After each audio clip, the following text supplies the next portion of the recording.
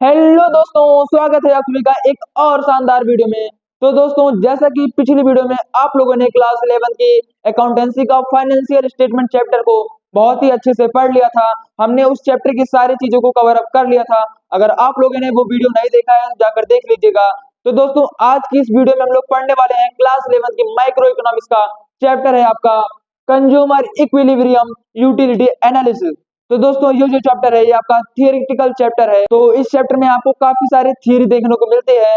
आज की इस वीडियो में मैं आप लोगों को सारी की सारी थियरी बहुत ही आसान लैंग्वेज में बताने वाला हूं एंड विद एग्जांपल के साथ आपको समझाने भी वाला हूं। तो चलिए आज की इस शानदार वीडियो को करते हैं स्टार्ट।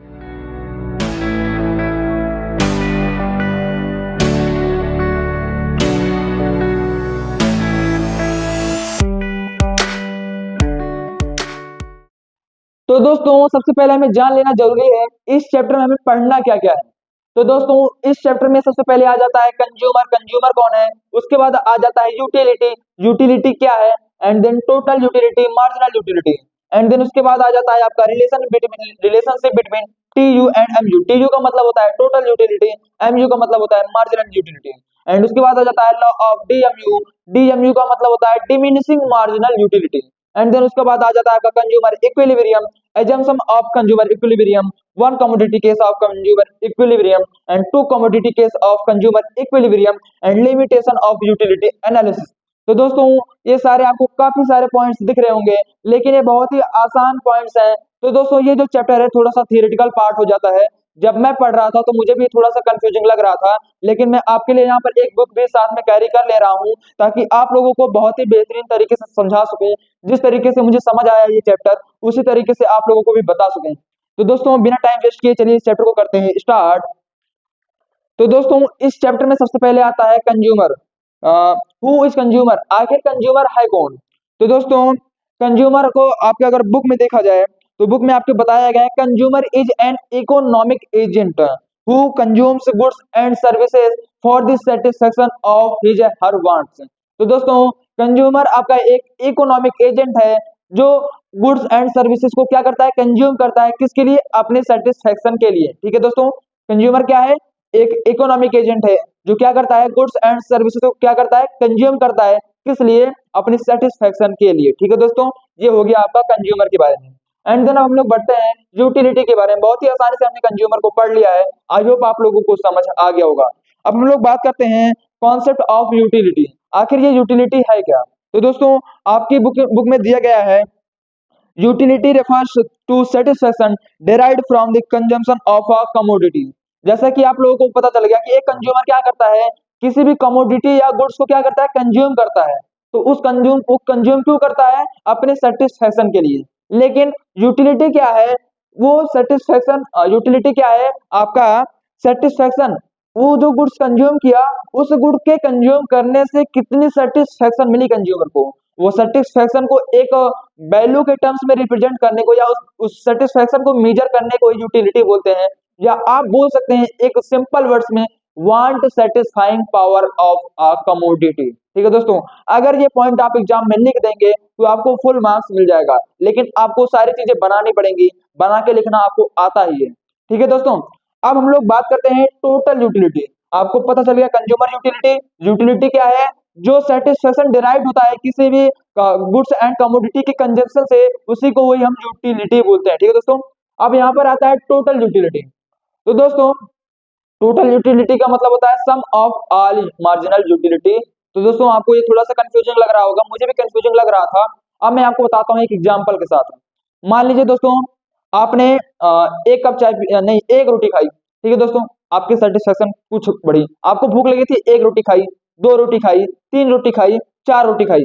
लेकिन चार के बाद जब पांचवी रोटी खाई तो आपके जो सेटिस्फेक्शन लेवल है वो एकदम हाई चली गई एंड आपका जो पेट है वो भर गया। तो इसमें क्या हुआ? आपने एक दिन, दो दिन, तीन दिन, चार दिन, पांच पांच रोटी खाई ना, अलग अलग करके। यानी कि आपने क्या किया? 5 रोटी को कंज्यूम किया। तो टोटल यूटिलिटी का मतलब होता है सम ऑफ ऑल कंजम्पशन। मतलब कि आपने कितना जो भी चीजें कंज्यूम की हैं उसका जो सम होता है वही आपका टोटल यूटिलिटी कहलाता है। मैं आपको बुक में देखकर भी बता देता हूँ आपकी बुक में क्या दिया गया है। ठीक है दोस्तों, तो बुक में दिया गया है total utility is the sum of total utility derived from the consumption of all the units of a commodity. जैसे कि यहाँ पर आपकी कमोडिटी क्या हो गई, रोटी।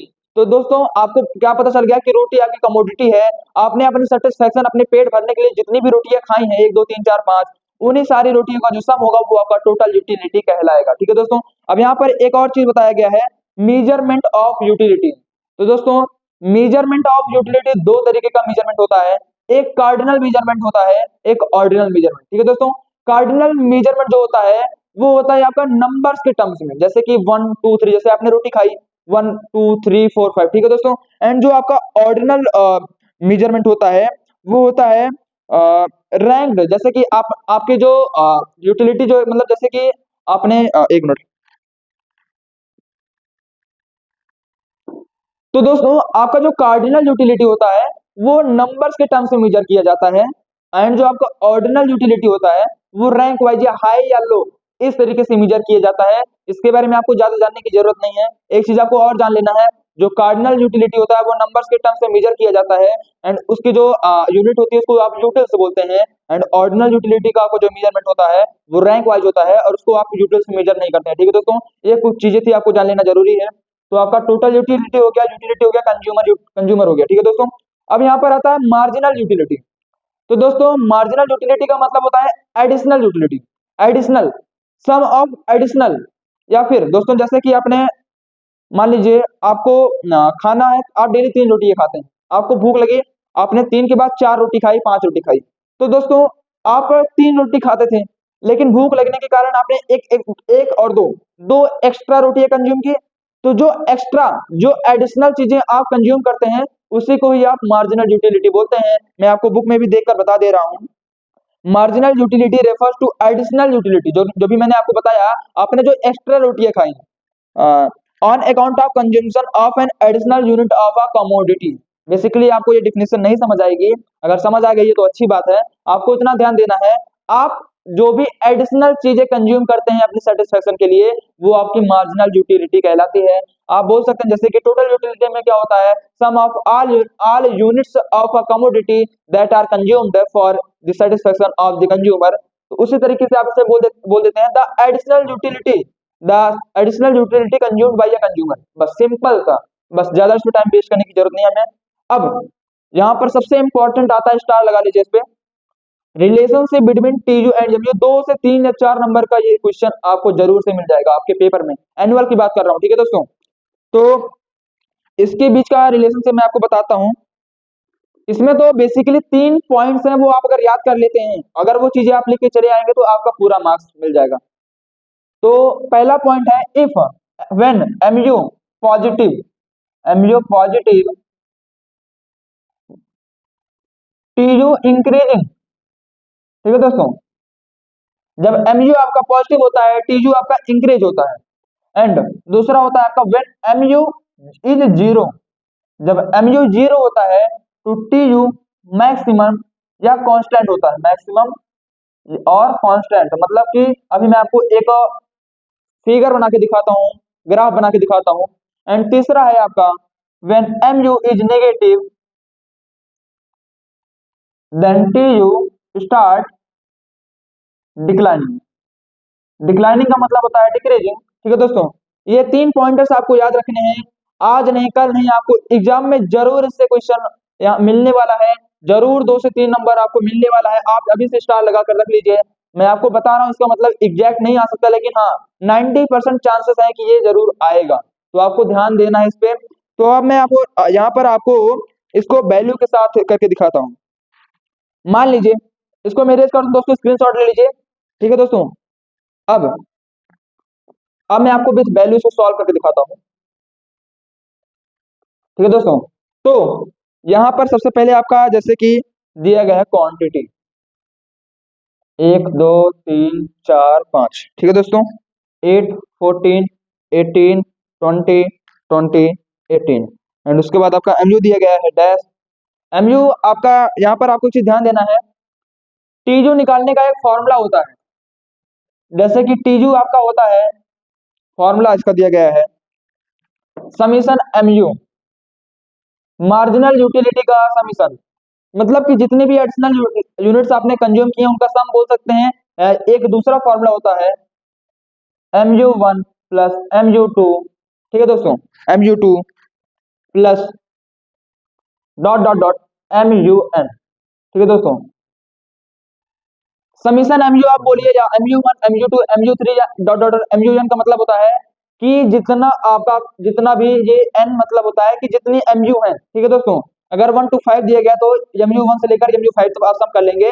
समीशन mu का मतलब ही वही होता है कि आपका जो भी mu है उसको आप सम कर देंगे तो आपका tu आ जाएगा, ठीक है दोस्तों। इस फार्मूले को आप स्क्रीनशॉट ले लीजिए। एंड अब यहाँ पर मैं mu लिखने जा रहा हूँ। mu का भी अलग से फॉर्मूला होता है, जैसे कि आप मैं यहाँ पर आपको mu फॉर्मूला के साथ ही कैलकुलेट करके दिखाता हूँ। mu का पहला फॉर्मूला होता है TUN माइनस TUN-1, ठीक है दोस्तों। एंड दूसरा फॉर्मूला होता है MUX बराबर delta TUX by delta QX। तो दोस्तों अब हम लोग समझते हैं ये फॉर्मूला किस तरीके से काम करेगा। तो पहले फॉर्मूले की बात करते हैं। MUN होता है ये, MUN मान लीजिए MU1 बराबर क्या, तो n यहाँ पर क्या हो जाएगा TU1। अगर n को 1 मानते हैं तो TUN में भी 1 होगा, तो TU1 माइनस TU1 माइनस 1, ये TU0 हो गया आपका। तो TU1 आपका क्या है, ये यानी कि 0।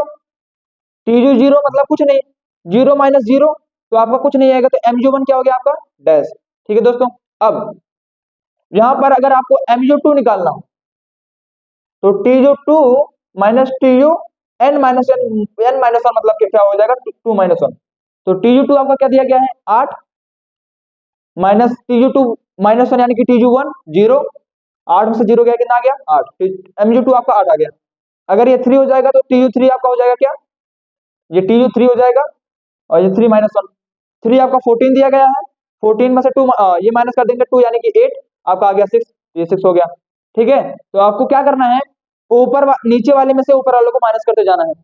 उसके बाद 18 में से आप 14 को माइनस कर दीजिए, 4 आ गया। इससे इतना माइनस कर देंगे तो आपका 2 आ गया। 20 में से 20 कर देंगे तो 0 आ जाएगा, और 18 में से 20 करेंगे तो माइनस 2 आ जाएगा, ठीक है दोस्तों। तो ये हो गया आपका पहला फॉर्मूला MU निकालने वाला, ठीक है दोस्तों। अब दूसरा MU फॉर्मूला क्या होता है, चेंज। डेल्टा का मतलब होता है चेंज, इसका मतलब होता है चेंज।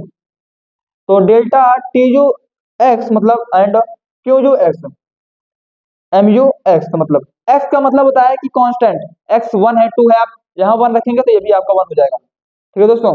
मान लीजिए आपको निकालना है MU1 तो TU1, तो इसमें आपको क्या चेंजेस दिख रहा है, इसके ऊपर क्या था, कुछ नहीं था, तो कुछ चेंजेस नहीं मिला। आउटपुट में क्या चेंजेस मिला आपको, 0 का, तो यहाँ पर 0 यहाँ पर 0, MU1 आपका क्या हो जाएगा डैश, जो कि आपका पहले से डैश है।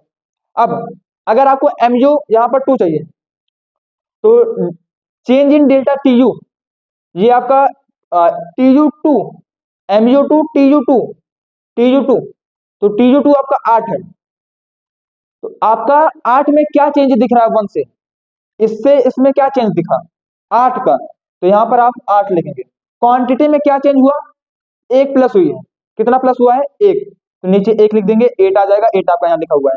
अगर MU3 निकालना हुआ तो TU3, तो 8 से 14 के बीच में कितने का अंतर आया है, 6 का, तो 6 यहाँ लिखेंगे। 1 से 2 में कितना प्लस हुआ 1 का, तो 1 नीचे आ गया। MU3 क्या आ गया 6। ठीक उसी प्रकार से MU4 हो जाएगा, तो 14 से 18 के बीच में कितने का डिफरेंस आया 4 का, 2 से 3 के बीच में 1 का, तो MU3 आपका क्या हो गया 4, जो कि यहाँ लिखा है। तो दोस्तों आई होप आप लोगों को समझ आ गया होगा MU कैसे निकलता है TU से। एंड TU आपको पता चल गया, इसी MU का आप समीशन कर देते हैं, जैसे कि 6 4 10 8 2 10 20 और 20 में से 2 घटा दें क्या आ जाएगा 18, तो ये आपका TU क्या हो गया 18। पहला फॉर्मूला समीशन MU, या फिर आप इस तरीके से भी कर सकते हैं, समीशन MU इसका सम MU1 MU2 MU3, तो MU1 आपका डैश है, 2 आपका 8 है, 3 6 है, 4 4 है, तो इस तरीके से आप सम कर ले, चाहिए ये दोनों फॉर्मूला सेम ही होते हैं, बस ये एक्सपेंड वर्जन है, ठीक है दोस्तों। तो ये आपको वैल्यू दी गई है, मैंने आपको बता दिया किस तरीके से फॉर्मूले से MU TU आता है। अब आपको जानना है कि किस तरीके से ये जो रिलेशनशिप बिटवीन मैंने आपको बताया था कैसे निकलेगा, मैं आपको ग्राफ प्लॉट करके बताता हूँ। और ये ग्राफ आपको बहुत ही ध्यान से देखना है, क्योंकि ये ग्राफ आपको एग्जाम में बना के आना है, तभी फुल मार्क्स मिलेगा। तो ये हो गया आपका origin X axis Y axis, तो ये हो गया आपका TU ग्राफ का। एंड नीचे इस तरीके से हम MU ग्राफ को बना लेते हैं एक्स वाई। तो TU पे आपका वैल्यू आप क्या करते हैं, आउटपुट यहाँ पर शो करते हैं, ये जो क्वांटिटी है आपकी यहाँ पर शो होती है, तो 0 1 2 3 4 5 6, एंड यहाँ पर आपका क्या हो जाएगा टीयू। तो टीयू शो करेंगे तो आपका किस तरीके से करते हैं हम लोग, 4 का टेबल कर देते हैं, 4 8 12 16 20। ठीक है दोस्तों, इसी तरीके से एमयू का भी बना लेते हैं। ये हो गया 0 1 2 3 4 5 6, और ये आपका हो गया 2 4 6 8। नीचे निगेटिव में है तो -2 भी ले लेते हैं। ठीक है दोस्तों, अब अगर आपको टीयू एमयू प्लॉट करना होगा तो क्या करेंगे आप, तो सबसे पहले टीयू प्लॉट करते हैं। 0 पे 0 है, 1 पे क्या है 8, 2 पे कितना है 14, 14 आपका यहाँ पर आएगा। 3 पे कितना है 18, 18 आपका यहाँ आ गया। 4 पे 20 है, 5 पे भी 20 है, एंड 6 पे आपका 18 है। तो आपको फ्री हैंड से एक कर्व ऐसे बना लेना है, इस पॉइंट को ऐसे जोड़ देना है ऐसे। ठीक है दोस्तों, कुछ इस प्रकार से आपका ये ग्राफ बनेगा, और उसके बाद आपको एमयू का ग्राफ बना लेना है। तो 0 पे 0 है, 1 पे 8 है, एंड 2 पे आपका 6 है, 3 पे आपका 4 है, 4 पे 2 है, एंड 5 पे 0 है, एंड 6 पे आपका माइनस। तो ये कुछ इस प्रकार से आपका ये बनेगा। ठीक है दोस्तों, तो आप क्या देख रहे हैं, जब एमयू पॉजिटिव था, पॉजिटिव, तो आपका टीजो क्या हो रहा था, इंक्रीजिंग। जब आपका एमयू 0 था, ये 5 पे आपका क्या है ये मैक्सिमम या कांस्टेंट। जब आपका ये निगेटिव 6 पे था, तो ये क्या हो रहा था आपका डिमिनिशिंग, मतलब डिक्लाइनिंग, यानी घट रहा था। तो और उसके बाद जब ये पॉजिटिव था तो आपका ये क्या हो रहा था, 1 पे बढ़ रहा था, पॉजिटिव 2 पे बढ़ रहा था। तो इससे आपको क्या पता चला, when MU positive TU increasing, MU 0 TU maximum या कांस्टेंट, एंड एमयू आपका निगेटिव, ये निगेटिव इधर है, तो आपका टीयू क्या था डिमिनिशिंग, स्टार्ट डिमिनिशिंग या डिक्लाइनिंग। ठीक है दोस्तों, आई होप आप लोगों को रिलेशनशिप फॉर्मूले सारी चीजें क्लियर हो गई होंगी। एक बार आप लोग इसको अच्छे से देख लीजिए, स्क्रीनशॉट भी ले लीजिए। ये ग्राफ आपको एग्जाम में बनाना है, एंड टीजू एमयू का आपका ये फॉर्मूला याद रहना चाहिए, एंड आपका टीजू एमयू निकालने का भी पूछ सकता है, एंड साथ में आपको टीजू एमयू की डिफिनेशन भी याद रखनी है, एंड इनके बीच के जो 3 पॉइंट डिफिनेशन में लिखवाया था रिलेशनशिप, वो भी आपको लिख लेना है, याद रखना है। ठीक है दोस्तों, अब मैं इन सब चीजों को कर देता हूँ इरेज। अब हमारा यहाँ पर आ जाता है लॉ ऑफ डीएमयू, बहुत ही आसान है। तो दोस्तों लॉ ऑफ डीएमयू का मतलब होता है कि जैसे कि आप क्या हुआ, 3 रोटी खाते थे, 4 रोटी खाई, 5 रोटी खाई, भूख लगी थी, लेकिन क्या जब आपने 3 के बाद जब चौथी रोटी खाई तो आपकी भूख घटी, 5वीं रोटी खाई तो आपकी जो सेटिस्फेक्शन है एकदम नेक्स्ट लेवल चली गई, और आपकी जो भूख थी वो खत्म हो गई। ठीक है दोस्तों, तो यहाँ पर बेसिकली इस लॉ का मतलब होता है कि as more and more unit of a commodity consumed, मतलब कि आप जितना ज्यादा कमोडिटी कंज्यूम करते हैं, यूनिट कंज्यूम करते हैं किसी भी कमोडिटी का, तो आपका जो एडिशनल यूनिट होता है वो घटता चला जाता है। जैसे कि जब आपने 3 रोटी खाई थी, तो आपका जो, जैसे कि आपको भूख लगी है, आप 3 रोटी खाते हैं, 1 रोटी खाई तो आपकी एडिशनल यूनिट कितनी हो सकती है, 2। 2 रोटी खा ली तो कितनी और खा सकते हैं आप, 1 और खा सकते हैं, क्योंकि 3 आप डेली खाते थे। 3 खा लिया तो आप कितनी और खा सकते हैं, खाने को तो आप और नहीं खा सकते हैं, लेकिन क्योंकि आपको भूख लगी है इसलिए आपने 1 एक्स्ट्रा खा लिया। ठीक है दोस्तों, अब उसके बाद आपने 4 रोटी खा ली, तो आप ज्यादा से ज्यादा कितनी रोटी खा सकते हैं, 1 और 5 रोटी। 5 रोटी से ज्यादा नहीं खा सकते, अगर आप 5 रोटी से ज्यादा खाएंगे तो आपको दिक्कत हो सकती है। ठीक है दोस्तों, तो आपका जो है इसमें वही बताया गया है डीएमयू में, मैं आप बुक में देखकर इसकी डिफिनेशन बता दे रहा हूँ। तो law of DMU marginal utility states that as more and standard units of a commodity are consumed, marginal utility for every additional unit must decline। अब इसका मतलब है कि आप जितना भी ज्यादा किसी भी कमोडिटी का खाएंगे यूनिट, आपकी जो मार्जिनल यूटिलिटी वो घटेगी। जैसा कि मैंने आपको बताया, 3 खाएंगे तो 2 बचा, अगर 4 रोटी खा ली तो 1 रोटी आप खा सकते हैं एडिशनल, अगर 5 रोटी खा ली तो मतलब कि जितनी भी रोटी आप खाते जा रहे हैं उसके साथ साथ आपकी जो एडिशनल रोटी है, एडिशनल यूनिट है, वो घटती चली जाती है। यही आपका लॉ ऑफ डीएमयू बोलता है। ठीक है दोस्तों, लॉ ऑफ डीएमयू भी हो गया। अब यहाँ पर बात आती है, इसके 2 एजम्पशन है। स्टैंडर्ड यूनिट ऑफ, मतलब कि only standard unit of a commodity are consumed. इसका मतलब है कि आप एडिशनल का मतलब ये नहीं कि आप जैसे चाय पी रहे हैं तो चम्मच से चाय पी रहे हैं, और आप चावल खा रहे हैं तो एक एक चावल गिन कर खा रहे हैं। इसका मतलब है कि a cup of T, standard मतलब कि एक कप ऑफ टी पी लिए, आपने एक बाउल ऑफ चावल राइस खा लिया। तो इस तरीके से आपको स्टैंडर्ड यूनिट को इसमें देखना होगा।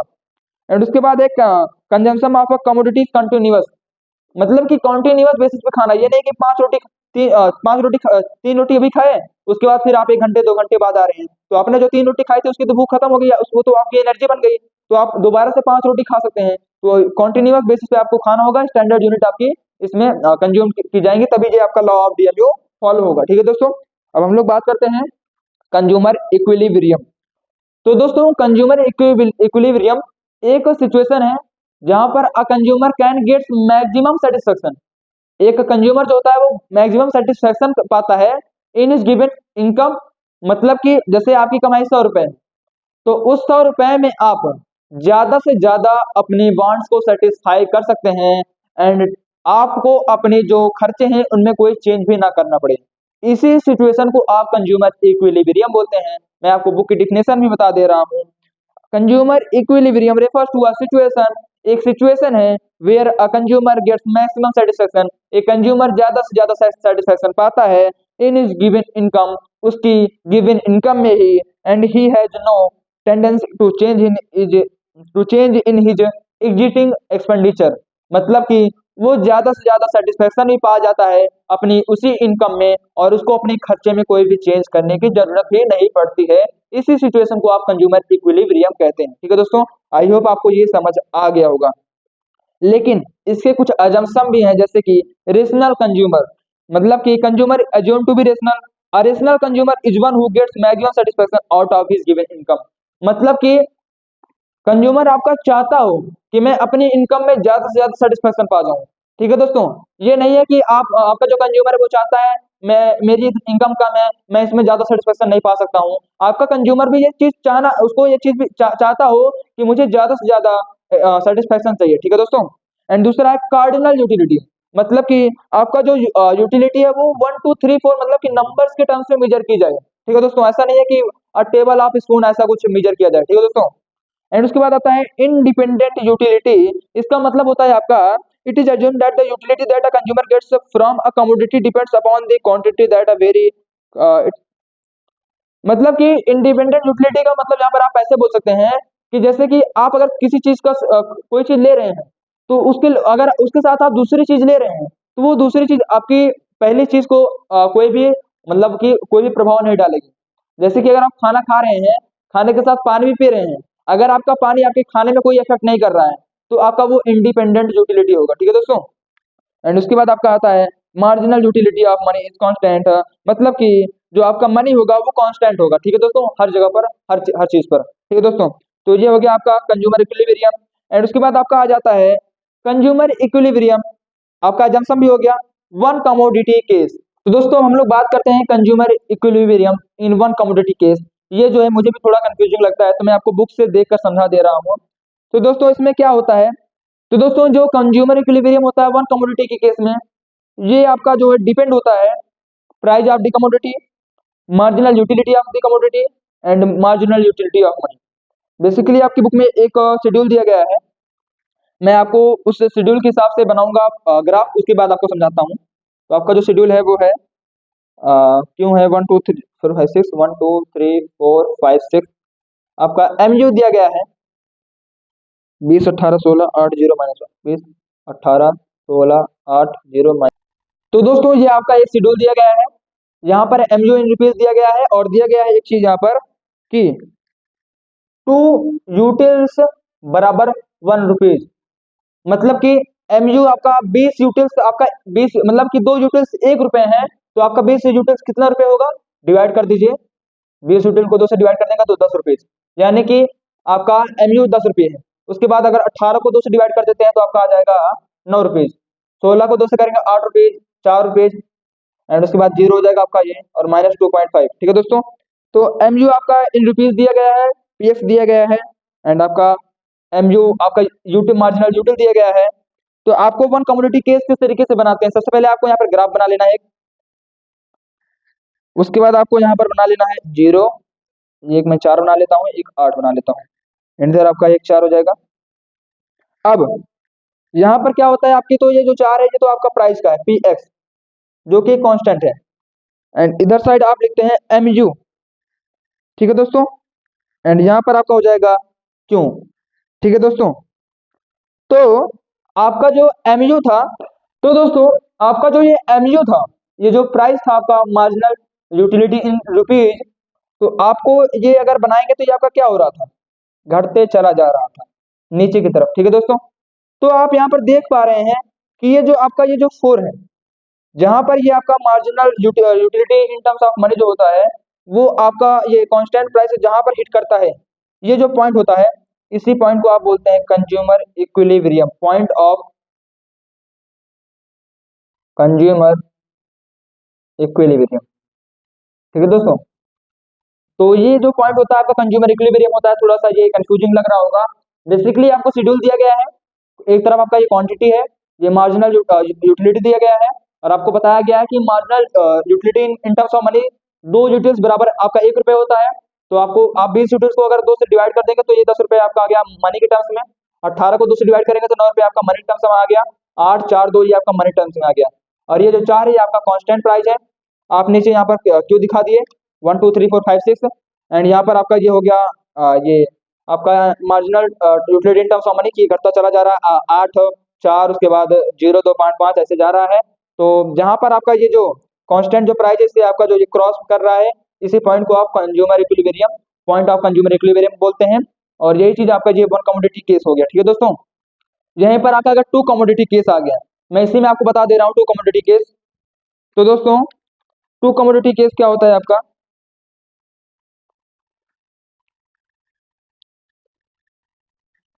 तो दोस्तों जैसे कि ये आपका इधर साइड आपका एक हो जाएगा कमोडिटी एक्स। ठीक है दोस्तों, मान लीजिए इधर साइड आपकी कमोडिटी एक्स दी गई है, तो इधर साइड आपका क्या हो जाएगा ना, ये कमोडिटी वाई हो जाएगा, वाई। ठीक है दोस्तों, और ये आपका 4 8 10 12।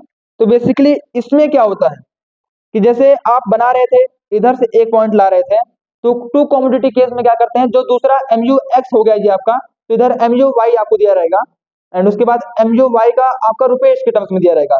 जो पी एक्स होगा वो कांस्टेंट सेम ही होगा, तो आपको बेसिकली इस पी एक्स को ऐसे मिला देना है, एंड इधर का जो एम यू होगा उसको आपको ऐसे लेके आना है। एंड आपका इस बार क्या होगा कि ये दोनों पॉइंट, ये वाला M U X M U Y का जो पॉइंट जहां पर मीट करेगा, और जिस पॉइंट में मीट करेगा, ये आपका हो जाएगा 2 कमोडिटी केस। ये और ये 2 मतलब कि ये 2 कमोडिटी केस के बीच में ये जो पॉइंट ऑफ इक्विलिब्रियम बन जाएगा। मतलब कि इस पॉइंट पे आपका जो कंज्यूमर है वो ज्यादा से ज्यादा मैक्सिमम सेटिस्फेक्शन मिलेगी उसको, एंड उसको अपनी इनकम में कोई चेंज नहीं करना होगा, ना ही एक्सपेंडिचर में। ठीक है दोस्तों, इसमें आपको 1 कमोडिटी और 2 कमोडिटी केस में फॉर्मूला भी दिया जाता है, मैं आपको बता देता हूँ। ये ग्राफ को थोड़ा सा आपको खुद से भी पढ़ लेना है, मुझे भी कंफ्यूजिंग लग रहा था, मुझे जिस तरीके से आया है मैंने आपको बता दिया है। आप लोग एक बार खुद से पढ़ लीजिएगा, स्कूल वगैरह में भी डिस्कस कर लीजिएगा। ठीक है दोस्तों, अब यहाँ पर आपका एक 1 कमोडिटी केस में आपका फॉर्मूला दिया जाता है M U X upon P X बराबर M U M. M U M का मतलब होता है मार्जिनल यूटिलिटी ऑफ मनी, ये मार्जिनल यूटिलिटी कांस्टेंट प्राइस हो गया। ठीक है दोस्तों, और दूसरा होता है कि 2 कमोडिटी केस में उसके लिए फॉर्मूला है M U X upon P X. बस क्या होता है कि इसमें आप प्लस कर दे इसका ये आपका बराबर होता है, सॉरी ये आपका बराबर होता है marginal utility of Y upon P Y हो जाएगा जी, एंड जी आपका हो जाएगा मार्जिनल यूटिलिटी ऑफ मनी। तो ये जो फॉर्मूला है इनका कुछ यूज नहीं होता, बस बुक में दिया गया था, मैंने आपको बता दिया। तो 1 कमोडिटी केस 2 कमोडिटी केस आपका यहाँ पर खत्म हो जाता है। यहाँ पर आपका एक और लास्ट पॉइंट आ जाता है, basic limitation of utility analysis. ठीक है दोस्तों, तो बस आपको बुक में दिया गया है, मैं आपको बता दे रहा हूँ, बुक से ही देख कर बता दे रहा हूँ। तो the basic limitation of utility analysis refers relates to the basic assumption of the analysis that utility can be expressed in terms of cardinal numbers। मतलब कि आपकी जो यूटिलिटी होती है वो आपकी कार्डिनल नंबर्स के टर्म्स में आपकी एक्सप्रेस होती है। ठीक है दोस्तों, एंड यहाँ पर दिया गया है it is owing to the limitation of utility analysis that his challenge the relevance of technique in explaining consumer equilibrium. Instead he offered the technique of indifference curve।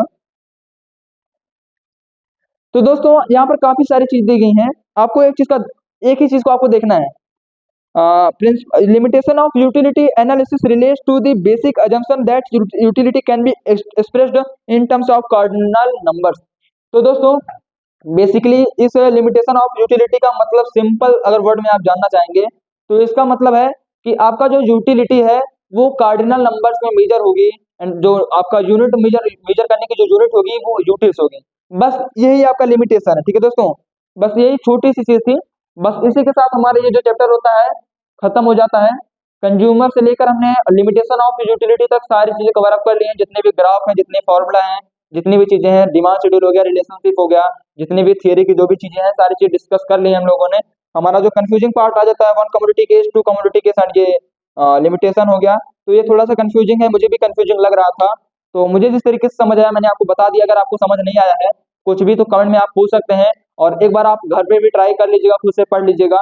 तो दोस्तों आई होप आप लोगों को ये वीडियो पसंद आया होगा, and जो भी चीजें मैंने पढ़ाई हैं समझ भी आया होगा।